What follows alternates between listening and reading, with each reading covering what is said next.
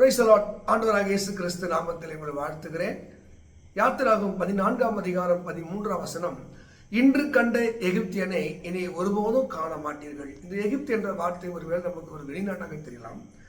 ஆனால் அந்த எபிரேய மக்களுக்கு அந்த எகிப்தின் அனுபவம் 430 வருஷம் அவங்க பட்ட பாடுகள், வேதனைகள், நெருக்கடிகள், அந்த உபத்திரவங்கள் அவங்க மனசுல ஊறிருக்கும். அந்த அடிமைத்தன வாழ்வு, அந்த நெருக்கடியான நிலை, இப்படிப்பட்ட சுதந்திரம் இல்லாத ஒரு நிலை, அந்த பேரை கேட்கும் போதே அவங்களுக்கு ஒரு பயமும் வேதனையும் இருக்கும்.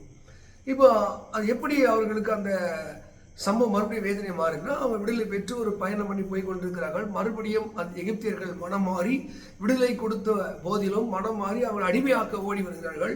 இந்த சத்தத்தை கேட்ட உடனே இந்த மக்களுக்குள்ளே கரைந்து சோர்ந்து போவார். ஒரு சில பேரை கேட்டாலே நமக்கு எரிச்சலா இருக்கும்.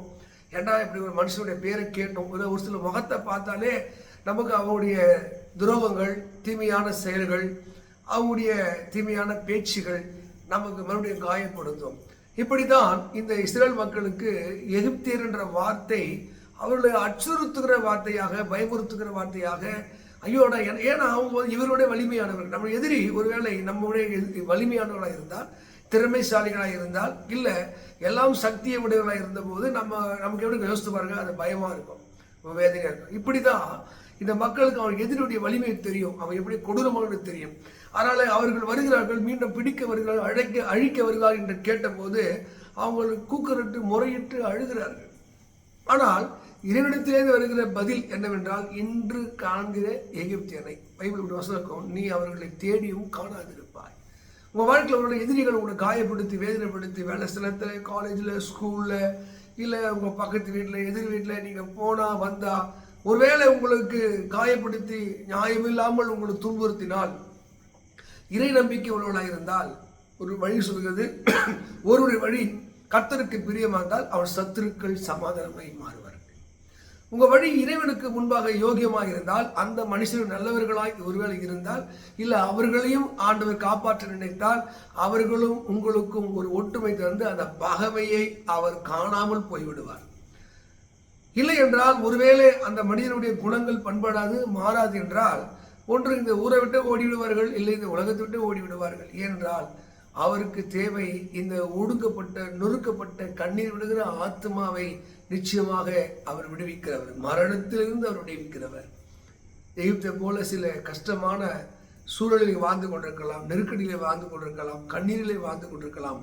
அவர்கள் முறையிட்டார்கள், மோசையிடத்திலே முறையிட்டார்கள், மோசை தேவனிடத்திலே முறையிட்டார்.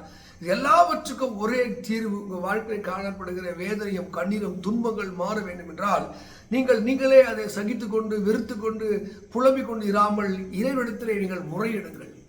எப்பேற்பட்ட நீங்கள் காயத்தோடு இருக்கலாம், கண்ணீரோடு இருக்கலாம், தேவை இருக்கலாம், இல்லை குடும்ப சூழலே மனைவி பேரு கடவுளுக்கு அப்படி எகிப்து போல ஃபீல் ஆகும். புருஷன் பேர், மாமியார், நாத்தனார், பக்கத்து வீட்டுக்கார், ஏதோ ஒரு பகைமையாக உங்கள் வாழ்க்கையில் தெரியலாம். அதெல்லாம் சமாதானமான நிலைமைக்கு நீங்கள் வர வேண்டும் என்றால், சமாதானமாக மாற வேண்டும் என்றால், நீங்கள் எதிரில்லாமல் வாழ வேண்டும் என்றால், நீங்கள் தேவனிடத்திலே முறையிடுங்கள். ஏனென்றால் எல்லாவற்றையும் அறிந்த கர்த்தர். இந்த எகிப்தியர்கள் மனம் மாறுவதில்லை, குணப்படுவதில்லை. அவர்கள் பலமுறை தவறை திரும்பி திரும்பி செய்து கொண்டிருக்க முடியாதான் அவர்கள் எல்லாரும் செங்கடலை மாண்டு போனார்கள். நாம் செய்த தவறை திரும்ப திரும்ப பலமுறை செய்யாமல், நீதிமொழிகள் 29:1 சொல்கிறது, அடிக்கடி கடிந்து கொள்ளப்பட்டு தன் பிடரியை கடினப்படுத்துகிறவன் சடுதிலே சகாயம் என்று நாசமடைவார். நீங்கள் கடினப்படுத்தாதபடி நீங்கள் இணக்கமுள்ளவர்களாய், தாழ்ந்து போவர்களாய், விட்டுக் கொடுக்கலாய் மாறும்போது இறைவனுடைய மன்னிப்பும் தயவும் வாழ்க்கையை குணப்படுத்தும்.